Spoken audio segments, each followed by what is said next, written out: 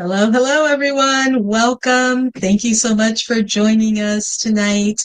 We're so happy to be able to come again with another live stream. And, it's always lovely to be able to come in and talk to you guys. Always wonderful when you guys put in comments in the feed, so that we can answer you guys and have that live on air interaction. We really enjoy that. Your questions, your thoughts, your suggestions, your feedback. We want this to be as interactive as possible. And so feel free to chat with us so that we can talk to you. It's always lovely. Another reminder, if you're new here, if you haven't been here before, or even if you've been coming but you haven't done so yet, please click the subscribe button, click the notification bell, and become part of the community here on YouTube. And if you know other interpreters, share this content with them, especially tonight. We have like a really, really great live stream here for you guys tonight. We're so excited about our guest tonight. I'm not mentioning him yet because I'm going to let Ina do the honors. But we're so excited about that. And the conversation today, BPOs, AI, and you. There's a lot of craziness going on out there, but we're here to give a sane and I think very nuanced approach that I think is going to be really good for you and for the industry as a whole. So without much further ado, my name is Paula. For those of you who don't know me, I've been an interpreter, for going on 3 decades.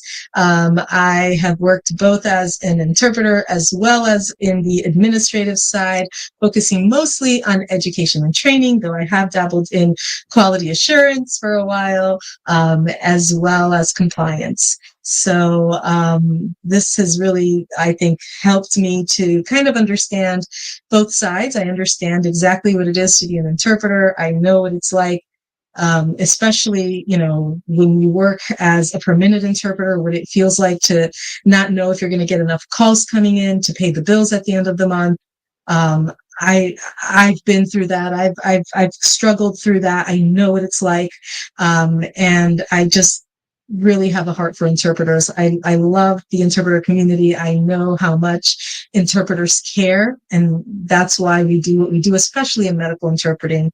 And so we're just so honored and privileged to be able to have this platform to try and come and help interpreters.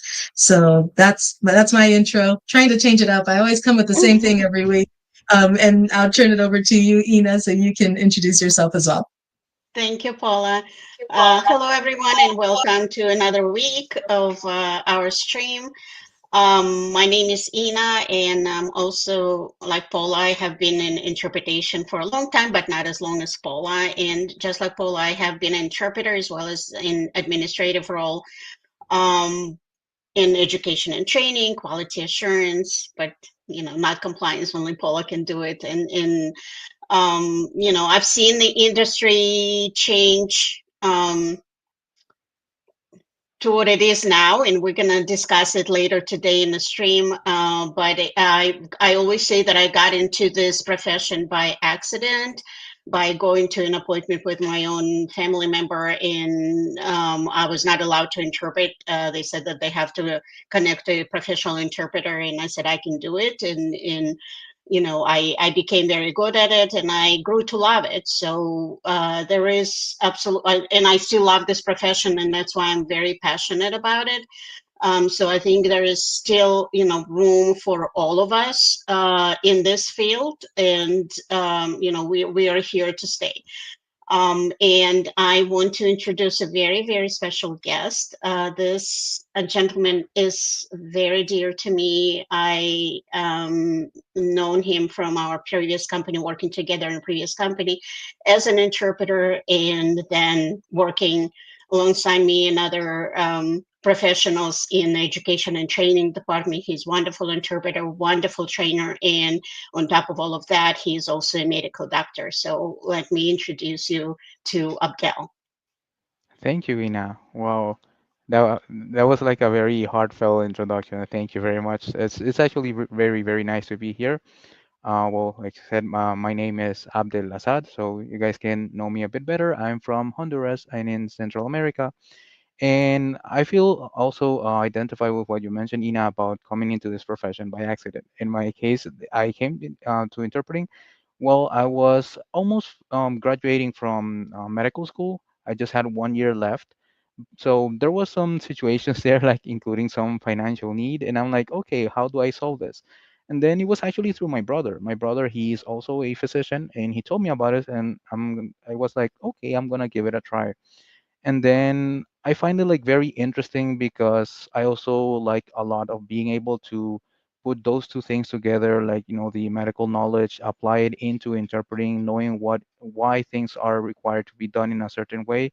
It's been very exciting. So I've been doing interpreting since, or specifically remote interpreting, since December of 2018. So a little bit more than 6 years. So I'm the least experienced in that, and most of it has been doing almost exclusively medical interpreting and mostly on video. So it's something that now I enjoy a lot. For some reason, I thought it was going to be nerve-wracking, and then now when I interpret on video, I feel like at home. So it's really, really fun, and it's also another way to experience. When you see the results it has on people, both on the patients and how the hospital staff is able to reach out to those patients, it's very satisfying. So it's something that I've grown to enjoy a lot, and also I've been doing training for some while, and it's also being able to experience the other side of it. Not only being able to work in that field, but help other people grow in that field as well. It's been very amazing. Thank you so much, Abdel. And again, I want to say that, although Abdel said that he hasn't been an interpreter, I can hear echo, Paula. Oh, let me mute myself. Sorry. Um, Although Abdel said that he hasn't been around for as long as we were, but he, like I mentioned, he's a wonderful interpreter, and many of you who are here or who are going to watch later um, probably went through Abdel's instructions, and I'm sure, I'm proud, always proud the way Abdel trained and how many wonderful interpreters he was able to create for our previous company or going to other companies. So, and we always, relied on Abdel expertise. He was our department's doctor.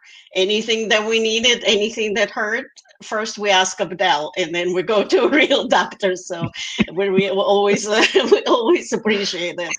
Thank you, Not a Abdel. real doctor, an in-person doctor. And in In Not a person. person doctor, yes, in person doctor, our own doctors. But we always ask Abdel first because we had him right there in front of us every single day, and he would say, go lay down or go take a medication, or he always came out with a good advice. So good at everything. Thank you very much, Abdel. And with that, Thank I'm you. going Happy to to be turn it here. over.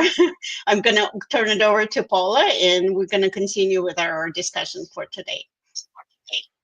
All right. Thank you, Ina. Thank you so much, Abdel, for joining us. I'm so grateful. I'm so happy you're here. And as Ina said, we're really, you know, privileged to have someone like you who's a medical doctor and an interpreter and has experience in education and training with us, because you're going to bring such valuable insight to this conversation, and we can't wait to get that conversation started. So if you guys are hearing a lot of feedback, echo, I'm having, as always, I seem to be having some type of audio situation going on.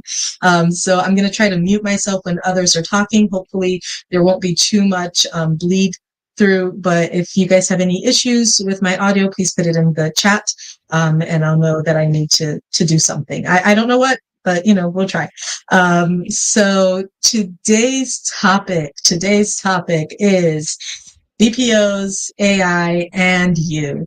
And the reason I thought it was really important for us to address this topic is because there's a lot of foolishness going on in the industry right now, in the interpretation industry right now.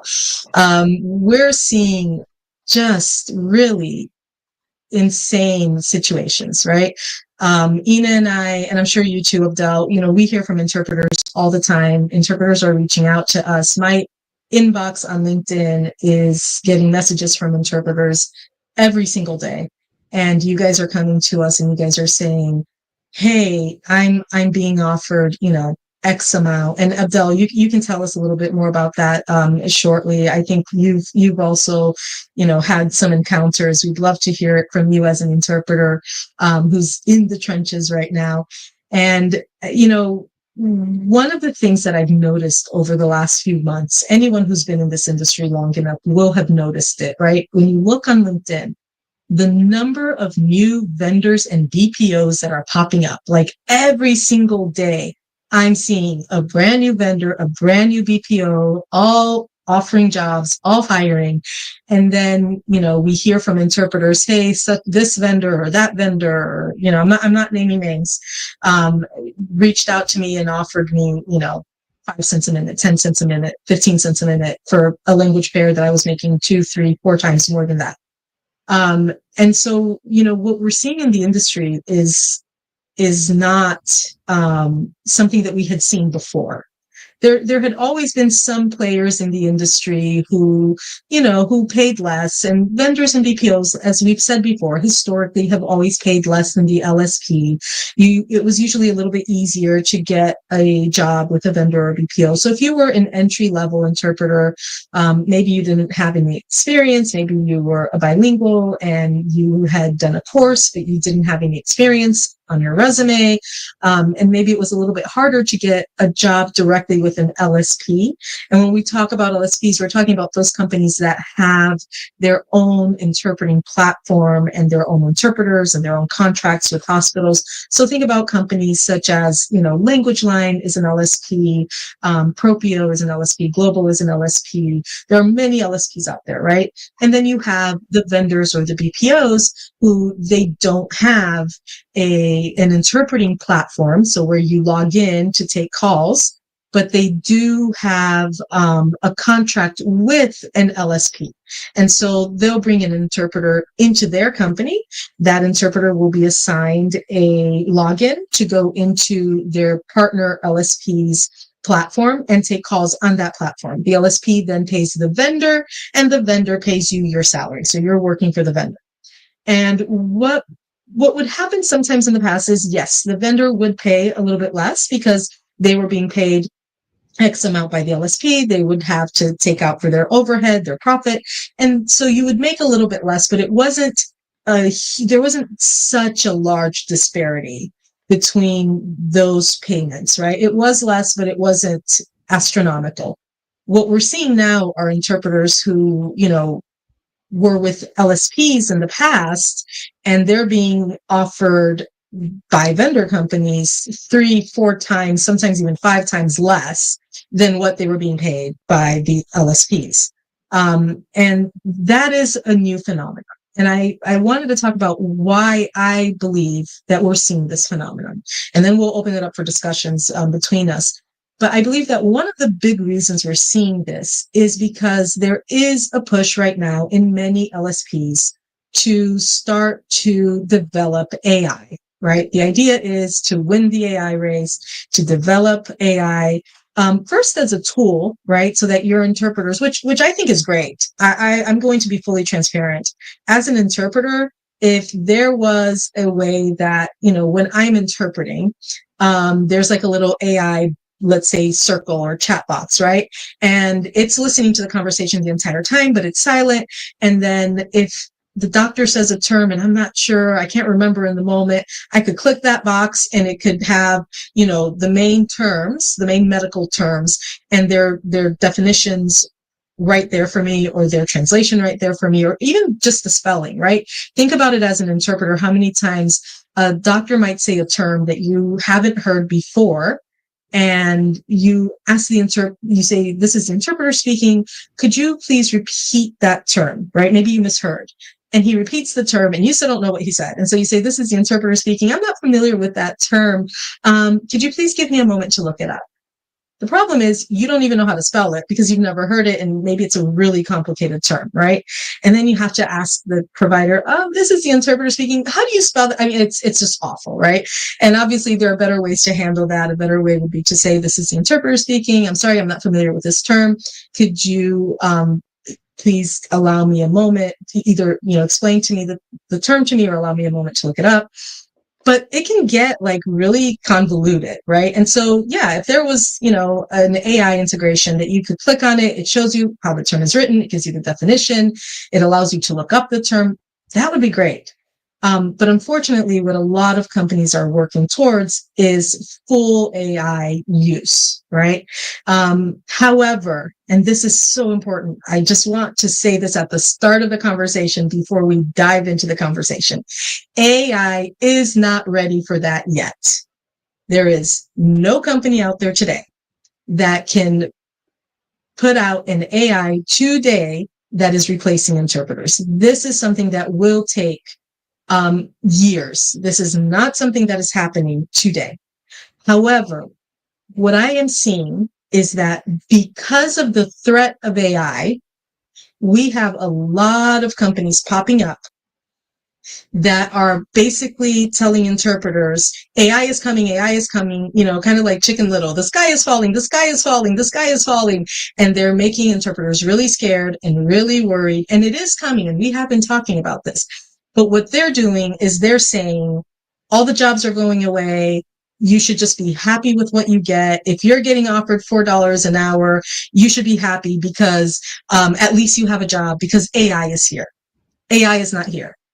And unfortunately, what we're seeing is a lot of companies popping up that are trying to get as much money as they can before AI happens. And so what they're doing is they're making sure that interpreters are basically their source of income. So they're bringing all these interpreters in to work for them. They're paying the interpreters just the worst rates possible.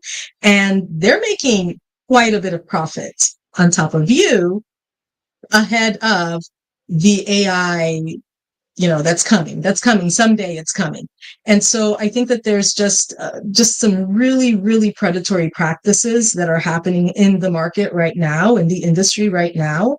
And I think that there's a lot of voices out there that are really profiting from telling interpreters that the sky is falling, right? That AI is here, and that as an interpreter, because of AI, you should accept $4 an hour.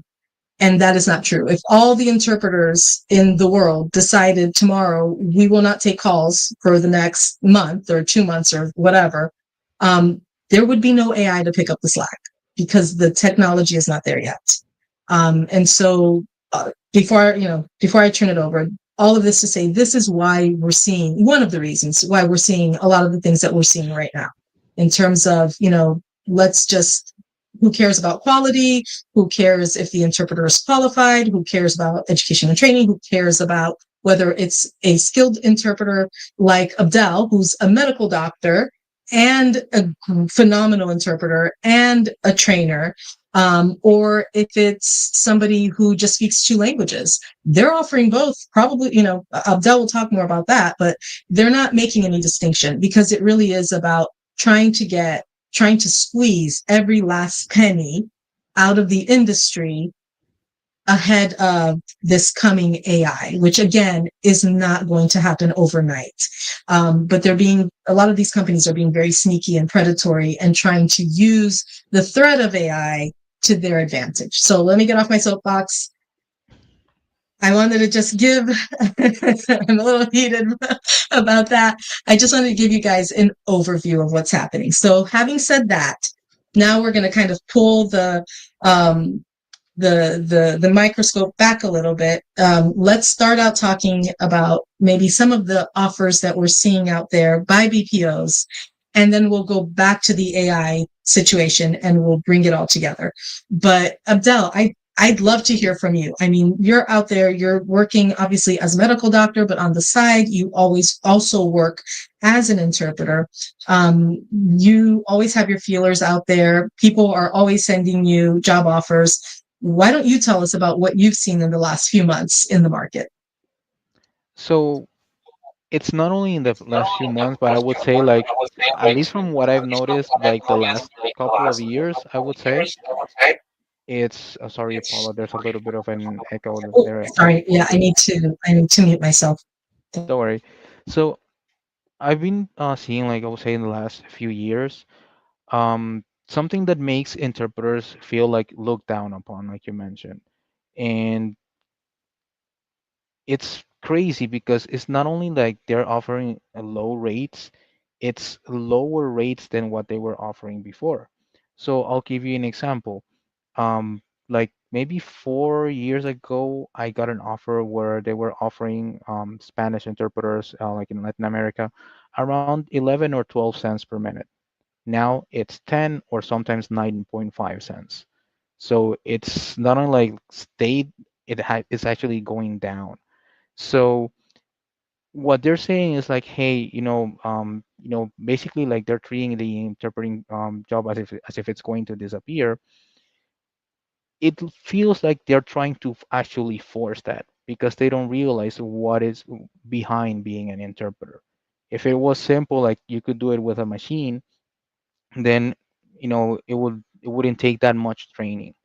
And I feel like the problem that they're not actually paying attention to is that even the things that we are able to do with AI, they work because there's someone behind to spot the mistake.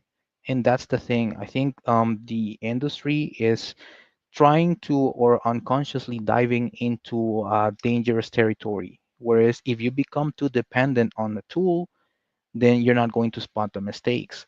And especially in medical interpreting, it's not all about numbers. It's not all about like, okay, what if it happens in one out of every 10,000 cases? Okay, what if that one case is a 2-month-old baby that died in the parents' arms because they couldn't understand what the parent said?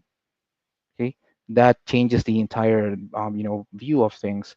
So a lot of things in healthcare are not done based on numbers. They're done based on what is the worst scenario possible. And if we become too dependent on a tool, I feel like that is very, very risky. So the problem is that right now they don't realize the danger of removing interpreters or not depending on interpreters. They're like turning a blind eye to that. And that is something that might be very dangerous, but they won't realize until it actually happens. And that's the thing. There's no precautions taken to avoid those scenarios. It's unconsciously moving towards that direction. You muted yourself, Paula. Yeah. And I'd love to hear what your view of that is from the doctor's perspective as a doctor. Like, Ina, if you could tell us a little bit about the conversation you had today Mhm. with the provider, and then I'd love to hear Abdel's take on that from that perspective as well. Yeah. I took my father, and my father's an older gentleman. I took him to the doctor today. Not really a doctor. It was for uh, audiology technician for a hearing aid. And she was a wonderful professional. In the end, I asked, I said, "Can I ask you a question?" And I explained to her a little bit what we're doing. And I said, how would you feel as a medical professional if an interpreter right now, somebody was interpreting for my father and it would be a machine and there was no human on the other end? And she said, "I am absolutely against it. I don't think it would work. You would lose a human touch." And she said that, "I know, AI is coming, and even there's even talk about, AI replacing professionals like myself. Everything that I did today with your father would be done by a machine." And I think that it will, fail 100%. It's a good tool, but it cannot replace. And she made a good point. She said, whenever we go to the doctor, whether we're sick or we just go for a checkup, we're in distress. Everybody's in distress. Even if we go for a checkup, we always, we're nervous. Our blood pressure goes up, like mine at least always. I think it's called white coat syndrome. I have that all the time. in so we want to have that human interaction, whether it's a doctor, whether it's a nurse, or whether it's somebody who speaks our language. And if we have a robot on the other end, um, this is just, losing completely losing human touch. And that may be a bad example, but when I personally go to grocery stores, we have a section in every grocery store pretty much of self-serve, right? And I've used those cash registers without cashiers, but there is always somebody around, a human around, that can help you. If something goes wrong, they're jumping up and helping you with anything. There's a human that is behind a drone flying, right? There's somebody who is not, you don't see a person, but there's always somebody who is pushing something for it to happen. So and she's not the only medical professional, and I'm sure Abdel can chime in and set it from his perspective. That said, that it's absolutely a bad idea. And my own father, as a patient, from the patient's perspective, he said, I would be terrified if I didn't have a human to interpret for me, to ask the questions, to interact with. So Abdel, if you have something to add from the medical standpoint, yourself as a doctor, as a medical doctor, what do you think about this? So I think what you're saying is it's very, very important. And in healthcare specifically, it's the human interaction is very important for several reasons. So the first thing is that it's based always when you face a healthcare provider, whether it's a nurse, a physician, a primary care physician or a specialist, it's always built on trust. So that's the first thing. And also the process of being able to handle a patient. The problem with like depending on like technology things and all that is that it all works with numbers and parameters that you can measure. However, the process, and this is something that I always mention to interpreters as well, so they understand the context when we interpret, when you hear a call, when you hear how it starts from the beginning, it always starts with a series of questions and it has like a pattern of questioning because the first part that you analyze is actually a very subjective part. It's not something that you can measure or that you can quantify. It's something that the person feels or that they think.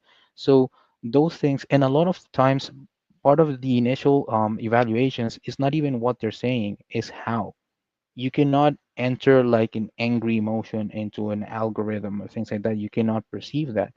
Or, for example, a when you handle pediatric patients, sometimes if the parent is there or you see the child is nervous, sometimes they're like, oh yeah, I don't want to say this, and with my father, all those emotions, all that stress is not something that can be analyzed by a computer or a robot that hasn't experienced all that. So a big portion of the patient care starts with analyzing something that is very subjective. And the other thing that is also very important, there's always kind of like a premise in healthcare that whenever you read a description of a disease, it tells you all the possible symptoms and physical signs that a disease can have. However, when you're faced with a real patient, we were always told in medical school, like the more the patient looks like the book, the less things you are going to be able to do because probably it's too late. So how are you going to analyze someone without apparent physical signs, but is having like all of the symptoms or saying like, I don't know how to describe this. I'm just very scared. Scared can or fear can be caused by a lot of different things. It's a very subjective emotion in terms of like the triggers and things like that. And it's very hard to program empathy from that. So the problem is like if we become too dependent on AI, for example, is that they will need to see like physically, like, okay, how many signs does this person have? And what if the person only has a cough and a fever? That can be caused by like 20 different things. And there's no actual possible way of distinguishing that with like, okay, let me do this. Or, for example, what if it's a patient in a city or a country where you don't have the technology resources and there's no like human interaction behind that? So it's something that the danger that I see is that humans are like, okay, let's remove all the human aspect and then just leave a robot. When in order for the robots to perform, there has to be someone that has to know, like, okay, as an engineer, I need to program this, so I need to do this, and then the robot does it faster. Same thing with healthcare professionals, and especially in medicine, where we say there's no absolutes. Sometimes two people with the same condition, you give them the proper treatment, with one of them works, the other one doesn't. How do you program that? How do you set that up with an algorithm? It's very subjective.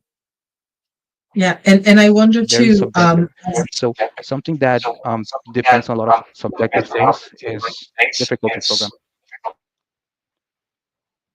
no, and I wonder too, just even as a medical doctor, interacting with when you're speaking and you're explaining something, and there's a human there who's interpreting, um, versus just speaking, and you know that there's a machine there that's interpreting.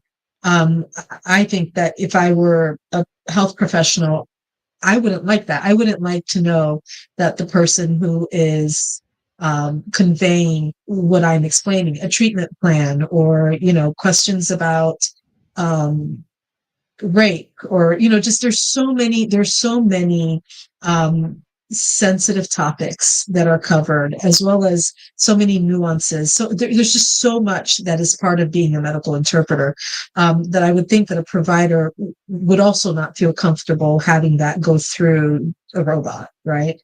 Just that interpretation session. That is So true. And also, like, we've heard, like, people from, like, as healthcare providers, the results that it has for them being able to access an interpreter is like, oh my God, we were able to help so many people. I wasn't even able to understand what the patient was saying before. Another thing, for example, like I mentioned before, a lot of things with a patient depends on what they say. But if you look at caption tools and AI tools, you have to speak very clearly. So how would they analyze a patient that has aphasia or has a slurred speech, or Mhm. someone that is not able to speak at all, but they're looking at something and you see the expression in their eyes? So I think the problem is that there needs to be a line where we need to realize that human interaction cannot be cut. All of the progress that has been made in history has been done in a way like, okay, how do we come together and do that? And the problem is, where AI is trying to go, is how do we remove humans from that? So it's going to go against how progression has been made throughout history. yeah, I agree, and I think that what you were saying, that you've seen, about how the offers that you've been given, right? How you've seen that going down. Maybe a company that had offered you $12 an hour is now offering nine, or not dollars, not 9 cents a minute. And just seeing that go down, right? And I think that one of the things that we're noticing is that there's a lot of people thinking, oh, this industry is going to go away. We need to make as much money as we can before this industry goes away. And those things aren't always, it's not that simple. Things don't happen overnight. If we look through the history of humanity, I was talking to Ian about this earlier today. I remember when the iPad came out, and it was like, oh my gosh, like, in a couple of years, nobody's going to have pen and paper anymore. Everything's going to be on the iPad. And it's been 15 years since the iPad came out, and we still have pen and paper, right? Everything we use it a lot. It's a great tool, but it didn't take over, right? And then Ina, you brought something up about your experience. Mhm. Would you like to touch on that a little bit? Yes, yes. Thank you, Paula. So my experience with this is my husband owns, well, and I help him. He owns a business selling books online. And when the Kindles came out, I think it was maybe 18, 20 years ago, everybody was telling us, that's it, your business is done, get out, start doing something else, because books are going to be obsolete in a couple of years. And guess what? 20 years later, still doing this business. Books are not obsolete. Everybody's reading it. And They're more expensive now. You know, I have to be, like Paula said, transparent.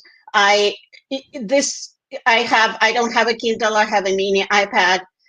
It's a convenience. I read a book on mini iPad because it's always in my purse. You know, whenever I have it, I open it, and versus, you know, a hard bag that is a little bit heavier.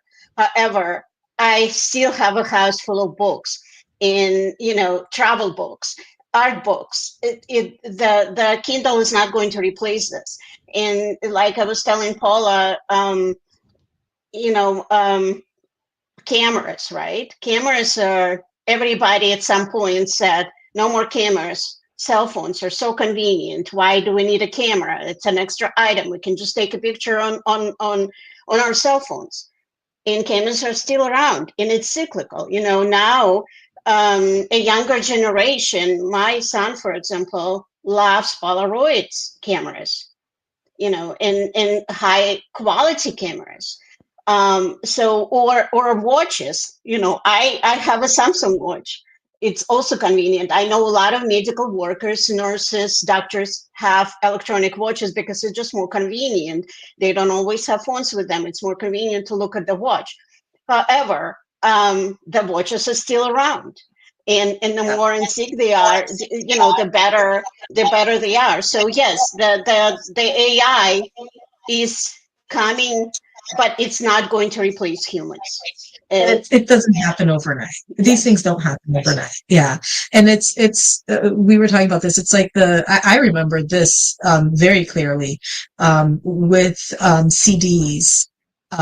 You know, everybody got rid of their Mhm, turntables. Nobody had turntables anymore. Nobody had records anymore. It was like, you know, who wants a record? Records are awful. mhm, We want CD. The audio is crisp. The audio is perfect. And now everybody wants a record player, and everybody wants the old vinyl records, because we realized, oh yeah, the CD has crisp, perfect audio, but it lost the warmth. It lost, you know, the little crackles. It lost the intimacy. It lost the humanity.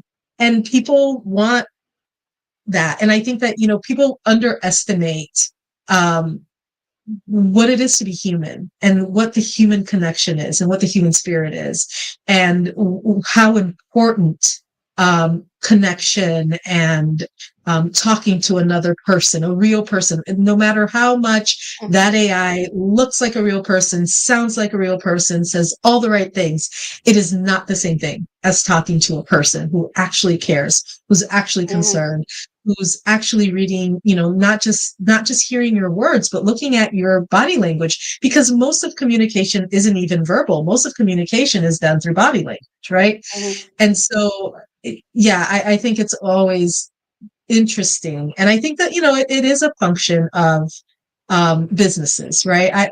My son, studied, computer engineering, and I remember having a conversation with him. And one of the things that he really focused on when he was at his university was AI technologies. And he was part of a study on AI. And I recently had a conversation with him, and he said, Mom, you know, these businesses, they're going around touting that this is going to happen tomorrow, that this is going to be overnight, that, you know, we're there. And he said, they're trying to make money, and they're trying to sell a product, and they're trying to sell a product that is nowhere near ready. And even if it were ready today, you still have time to implement. You still have to have time to get people to stomach it. You have to get, you know, to the point where patients will be okay with using it, where providers will be okay with using it, where everybody is, you know, willing to change over in terms of the system. And so it is coming. It is something to be mindful of. But like anything, right? I was telling Ina, I remember when I was growing up, seeing, you know, in school, people talking about how now they were using robots in factories. And in like 10 years, there wouldn't be any factory jobs left. No one would have a factory job, because all the factory jobs would be made by robots. And, you know, now we have Elon Musk. Maybe we're getting closer to that. But I'm 48. Like, I was hearing about this when I was like 8 years old, 10 years old, right? It's taken, you know, what, 40 years, 30, 35, 40 years, and we're still not there. And we've had the robots, we've had the technology. And so I think that, it is it's what business people do. Business people are in the business of selling. And so they're going to sit here and they're going to tell everybody, the future is here. It's here, it's now. But these things do not happen overnight. These things take time. These things take implementation. These things take, it's just not like that. There's a comment here. Where's my glasses? I can't see to read without my glasses. Um, oh, sorry. It says, I knew I wasn't the only one who hated ebooks. A physical book is just so much better. Yes. When you open the book and you smell it, oh my gosh. I love the smell of a Yeah. good book, Yeah, I especially an was gonna old say that like Mhm. the smell of a new book, that's yeah. amazing. A And new book, an we've old also seen it book. like with even like with radios, like when TVs came out, like, oh, radio's not gonna exist anymore. Like it's Yeah. still And does, we like in still have. 2025. So I'm sorry. We you still know, have it's not libraries. gonna change like the way it's don't worry. Yeah. Yeah. And also there's also another thing that I don't think it's taken into account when it comes to like how they want to sell AI, and which is emergencies. Like all the technology stuff, and especially that uses internet connection and all that. What happens if there's an earthquake and you have like 1,000 people at once arriving at emergency rooms and there's no connection if you don't have a software to analyze that? Right. So Mhm. they are wanting to sell it in a way like if you think about it, they want to get it to a point where instead of asking a healthcare professional about your condition, you have to ask a software engineer. That doesn't make sense. So, and it's going to how in the worst case scenario is not even going to have like connection. Like how is that going to work? So in emergencies, like you're still going to have to resort to human interaction. But what if in those emergencies you don't have the properly trained professionals for that? Mhm. That's where you're going to see the consequences. And unfortunately, if it keeps going in the same direction that they want to take it, it's going to take one of those events to actually make them realize, hey, we went in the wrong direction. And Mm. what we hope it doesn't happen, or we hope it doesn't get to that way. What we hope happens is that they realize it before and we prevent getting to that stage. Exactly, and I think that like Paula mentioned, the robots replacing us all, and yes, we have factories where a lot of work is done by assembly, like an assembly line, like everything is automated, but there's always a person there who is keeping an eye on it, right? There's you see a bunch of bottles being produced, right? And hundreds of bottles are going in, and but it only takes one to make everything stop, right? And then there's this one person who catches that one bottle. So yes, the technology is wonderful, the AI is wonderful, we all use it everywhere, our children are using it, and and it's going to improve, but there needs to be an oversight from a human, because the AI is not going to be replacing humans no matter how sophisticated it is. Yeah, for sure. I think one of the things too that we're seeing, as always, the biggest problem with people is people. So, you have great people out there, but you have some not so great people out there. And I think that it's something that you mentioned, Abdel, when you said that it seems to be on purpose, right? Like they want to create chaos in the industry. And I do believe that there is, you know, if AI is going to be palatable, they have to make humans seem like they're not good enough or capable enough to do the job. And so we need a computer to do the job because the humans aren't great at it. And how do you do that? You get rid of all of the great interpreters by driving down prices, by driving down pay, and then you keep people who are bilinguals but who haven't had the training, who haven't had the education. And by education, I mean even if you don't have a formal education. But if you speak both languages well and you go through an education and training course like the ones we used to offer, you can become a very good interpreter. You can take, medical terminology course and become a medical interpreter. That is open to anyone who has the skill and the drive and is willing to put in the time. But a lot of these companies, they're not training, they're not doing quality assurance. And I think that there's also a concerted effort to kind of divide interpreters in the sense of US based versus international interpreters, right? One of the things that we're seeing are very, very low rates across the board. So even if you're a US based interpreter, you're not making today what you were making, maybe 5, 10 years ago, especially when you factor in inflation. But on top of that, they're putting really big gaps between US based interpreters and interpreters outside of the US. And this is really concerning because, to a certain extent, it's understandable that an LSP will have different rates, whether you're US based or foreign.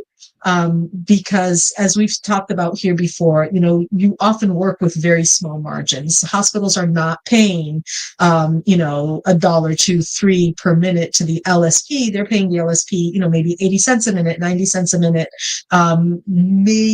maybe a dollar a minute.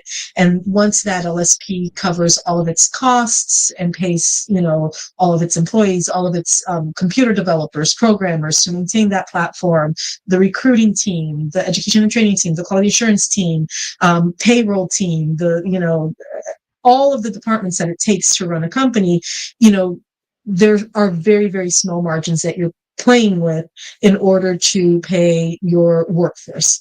And so I'm not even so offended that there are pay differences as much as I am with how big those pay differences are. If you can pay a US based interpreter, let's say $15 an hour, you should not be paying an interpreter outside of the US $4 an hour. If you can pay the US interpreter 15, you can probably pay that interpreter outside of the US 11 or 12, right? And so there will be a difference based on location, but what they're doing right now is just kind of throwing an explosion into the industry. And what people don't realize is that it creates a vicious cycle. So if I'm paying a US based interpreter 15 and then I offer an interpreter, say in Honduras, $5 an hour, and then in a couple months, I'm not going to want to pay the US based interpreter 15 anymore. I'm going to start offering US based interpreters 12. And then when I have US based interpreters accepting 12, I'm going to get greedy again. And I'm not going to want to pay the person in Honduras 4. Now I'm going to want to pay the person in Honduras 3 because, they can take a little less. And so we're seeing this vicious cycle where they pay less and less, like they'll pay less to someone in the US, and then that becomes an excuse to pay less to someone outside the US. And then because they're paying so little outside of the US, they start paying less in the US. And it just becomes a vicious cycle where everybody's pay is being driven down, but they're creating animosity between US based and international interpreters. And I've seen this. I've had interpreters reach out to me and say, oh, companies shouldn't hire interpreters outside of the US because they're not as good as interpreters in the US. And that's not true. They're, as interpreters, as an industry, we need to come together and we need to understand that, we all succeed together or we all fail together, because at the end of the day, companies, they have their stuff together. They're not fighting each other. They're not bickering. They're all friends. They're all getting along with each other. They're There's a all making reason why the phrase divide and conquer exists. exactly, And I've exactly, also like exactly. spoken to US interpreters that have known me through like training programs. And I even asked them like, hey, look, I've never been in the US, and I want to know like what is the like kind of like the life experience as trying to support yourself as an interpreter. And the funny thing is like what you mentioned right now, for them, like, yeah, if you see it like from a like as a third party, and like you compare someone in the US to someone outside the US, in theory the US interpreter gets paid more. Of course, in theory, that's understandable because of the difference in taxes and all that. But I've asked them like, okay, if you're based in the U.S., taking into account all the taxes and cost of life and all that, some of them they have told me like, dude, I have to work maybe like 14 or 15 hours a day just to make it to ends meet, and that shouldn't be fair. Yeah, because at the end of the day, the problem is that a lot of the companies, what I feel like is the issue, is that they don't see an interpreter as a professional. And that's the thing. They don't know like all the skills and the background that comes into preparing someone to be an interpreter. But at the same time, they want high quality performance. And that's also one of the things that I've noticed as a trainer. I've had like a little like conflict, if I can call it that way. It's like, how can we train someone to put in all that effort if they're not going to be rewarded for that effort? So it's in a lot of the challenges that we face as interpreters, like outside of the U.S. It was surprising to me when I started having those messages or exchanging messages with people in the U.S. They're actually going through the same thing. Sometimes even worse if you take into account like that, depending on the city where they are, the taxes changes and all that. So it's actually not that different for people in the US or outside. We're all going through a very, very hard situation. Absolutely, absolutely. And so, yeah, I think that there's a concerted effort out there to make sure that that the interpreters see each other as the reason why, things aren't working out, or that the interpreters see AI as the reason that things aren't working out, instead of the interpreters seeing um, the predatory practices of some, not all. There's a lot of really good LSPs out there. There's a lot of really good vendors and BPOs out there who are ethical, who are good people, who, are paying fair rates, who believe in, like you said, the dignity of the profession, believe in what interpreters do, and who care about patients. Because at the end of the day, if you are not taking care of your interpreters, you better believe that those interpreters are not going to be taking care of the patients that they're interpreting for. And so at the end of the day, it's also about patient care, and it's also about patient outcomes. And these companies that are coming in kind of like mercenaries, these BPOs and stuff that are coming in and saying, oh, we're going to pay you $4 an hour. We're going to pay you 9 cents a minute. They don't care about the patients. They don't care about patient outcomes. They don't care, if that person is going to get a misdiagnosis, if that person is going to be given the wrong information, if that person is going to become sicker, if that person is going to die. Because at the end of the day, all they're looking at is their profits and the bottom line. And these types of companies that are flooding the market right now, they're doing a lot of harm. And it's not just harm to the interpreters, it's also harm to the patients, to the hospitals, to the most vulnerable, to the people that, we should be working hard to take care of.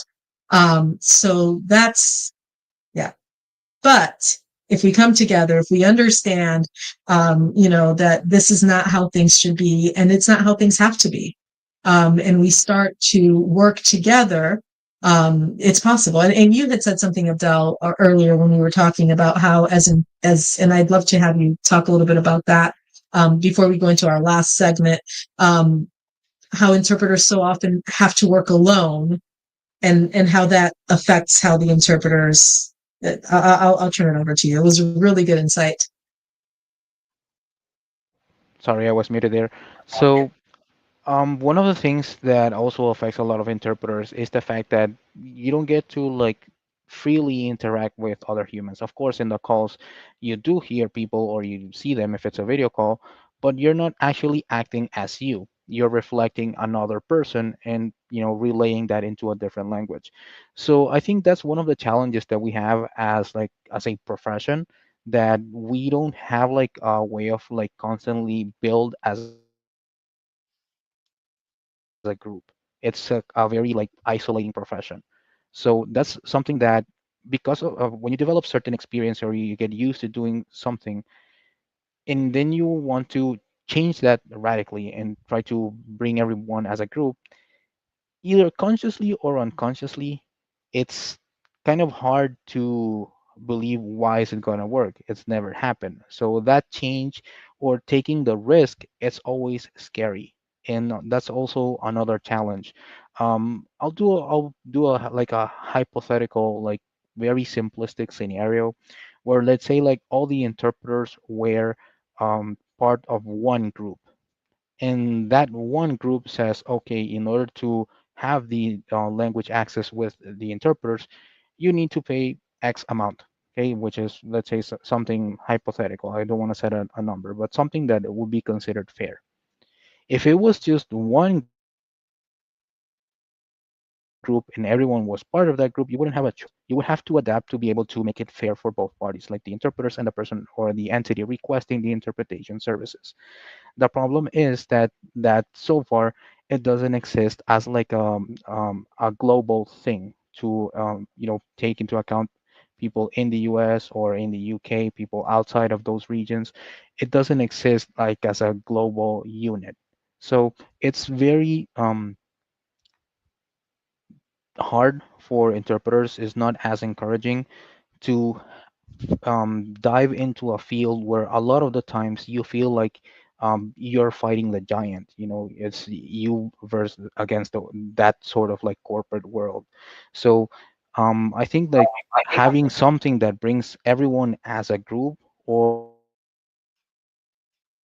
like as a professional body or entity, if we can call it that way, it will provide a lot of support. So it also involves a lot of trust from the interpreters to take that risk, because at the end of the day, is we have to try and do something, because at Absolutely. least if things keep going like the way they are, it's nothing's going to change.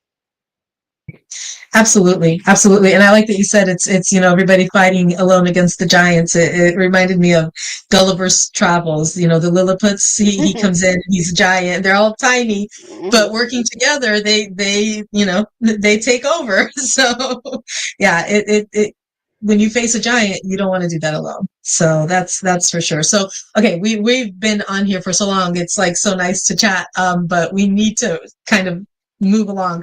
I wanted to share something really quick. I'm not going to spend a lot of time on it. We can talk about it again on another day.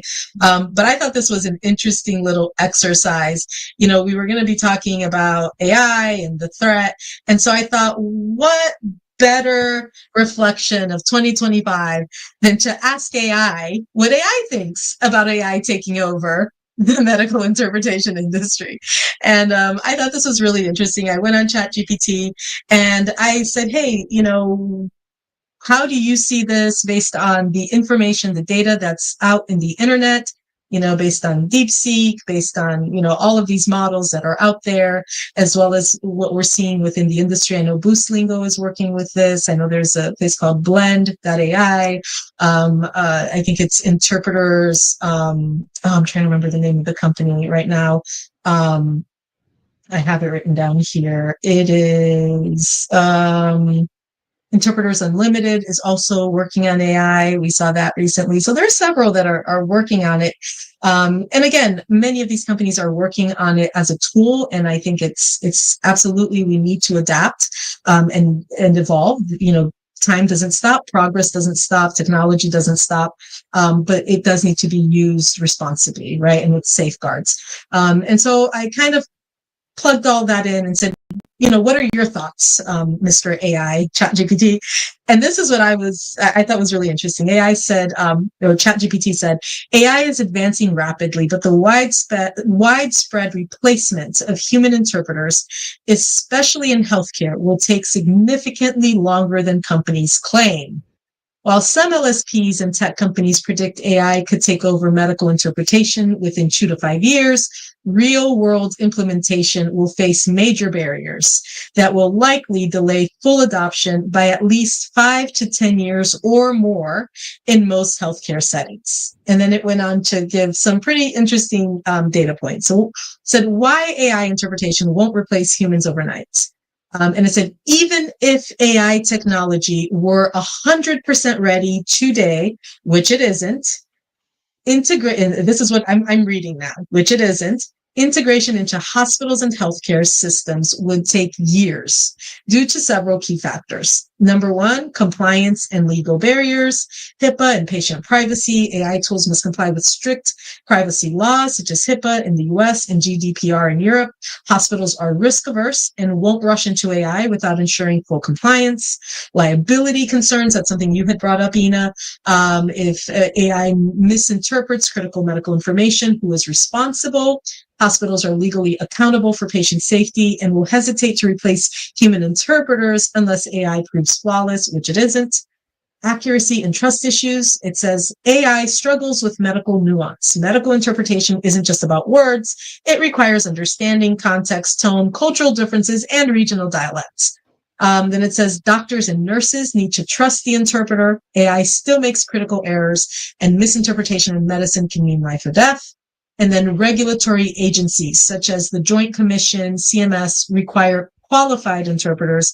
AI isn't yet recognized as a legally compliant alternative.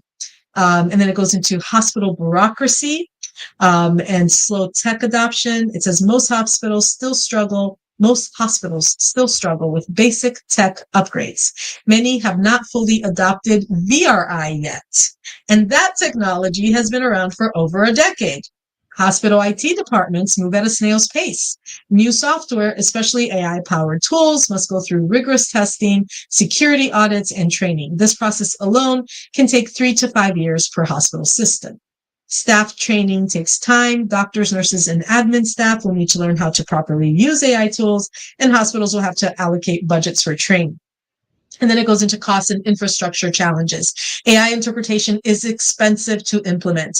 While companies promise cost savings, hospitals will have to invest heavily in the right technology, infrastructure, and security measures.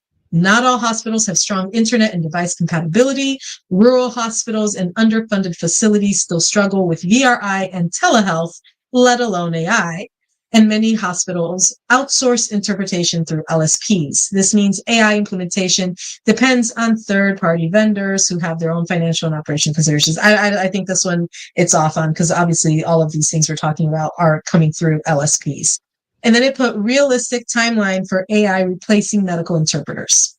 And it says that within 2 years, AI may be used to assist interpreters but not replace them. And it gives some neat information here. Some hospitals pilot AI solutions.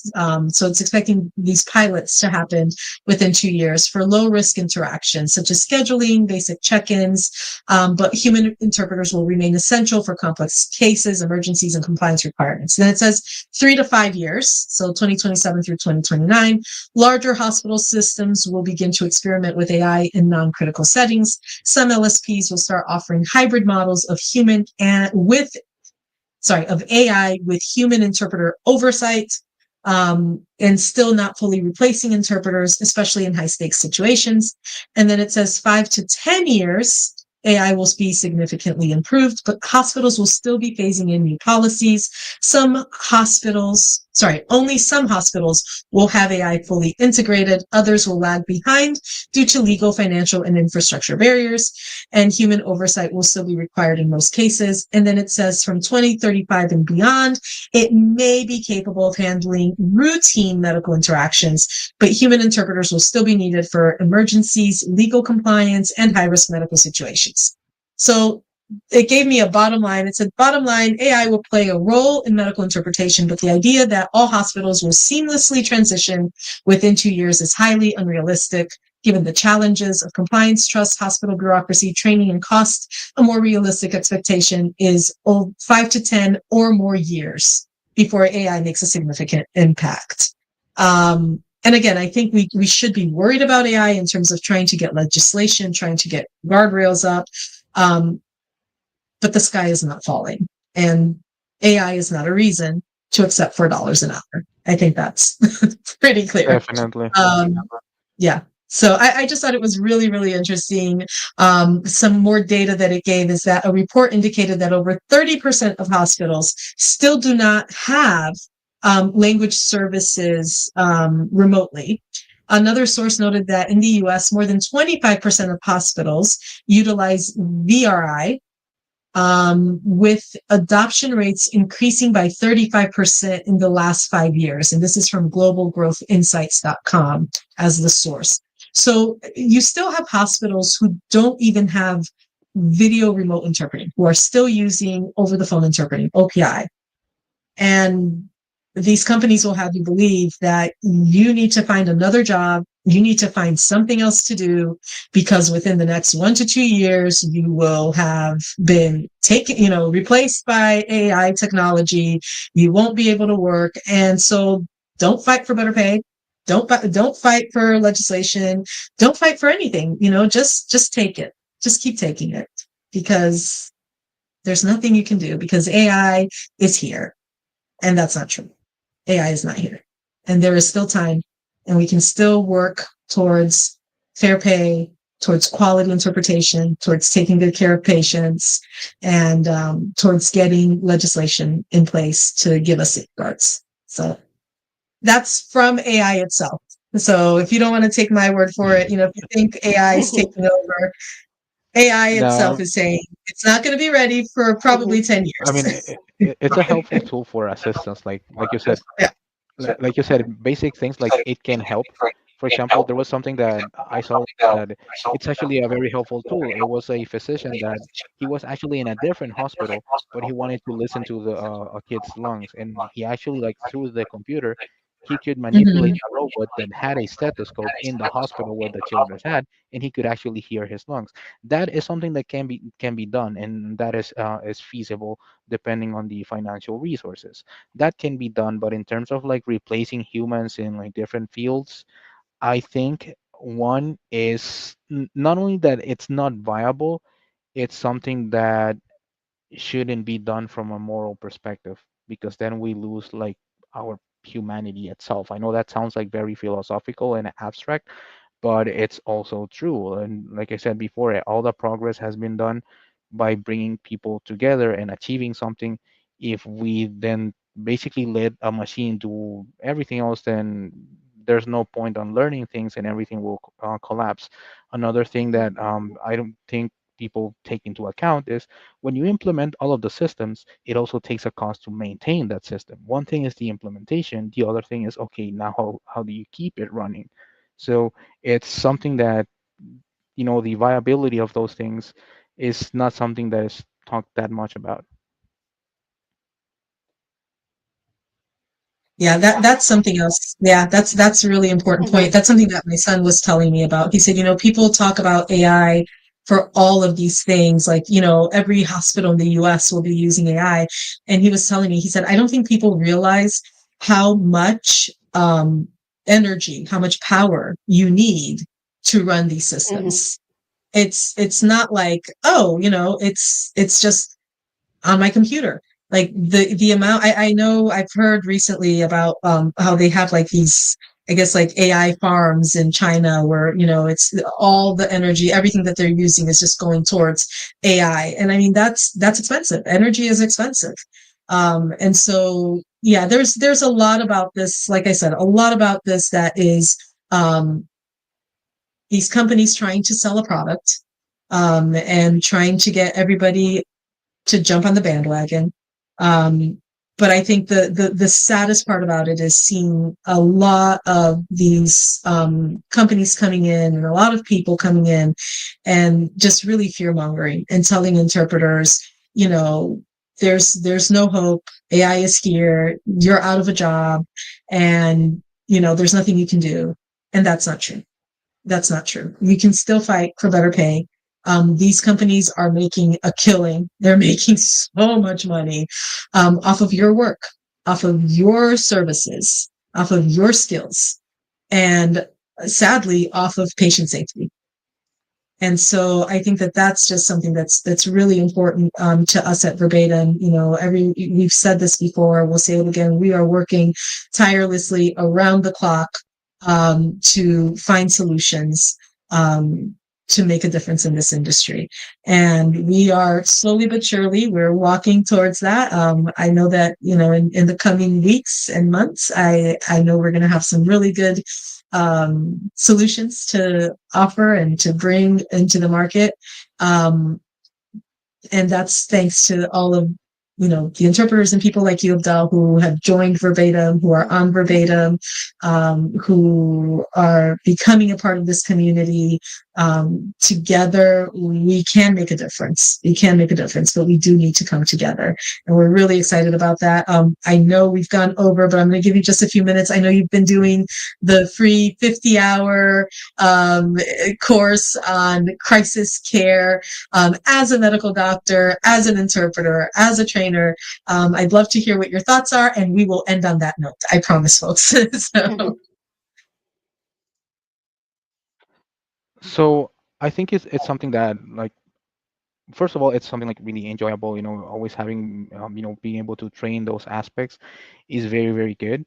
And also, like, both as a healthcare professional and even as an interpreter and as a trainer, one of the questions that I get the most is, okay, how do I do this? When, because one of the things that happens in training is that you have to get people used to performing in high pressure scenarios.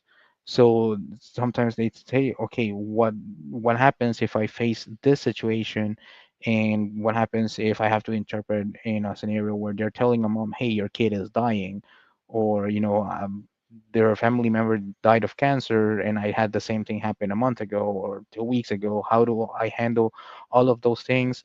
And it's very important, because the easy way out, I would say, will be like, okay, in theory, like, if you can't do it, just walk out. But the fact is that there's still some interpreting needed within that scenario.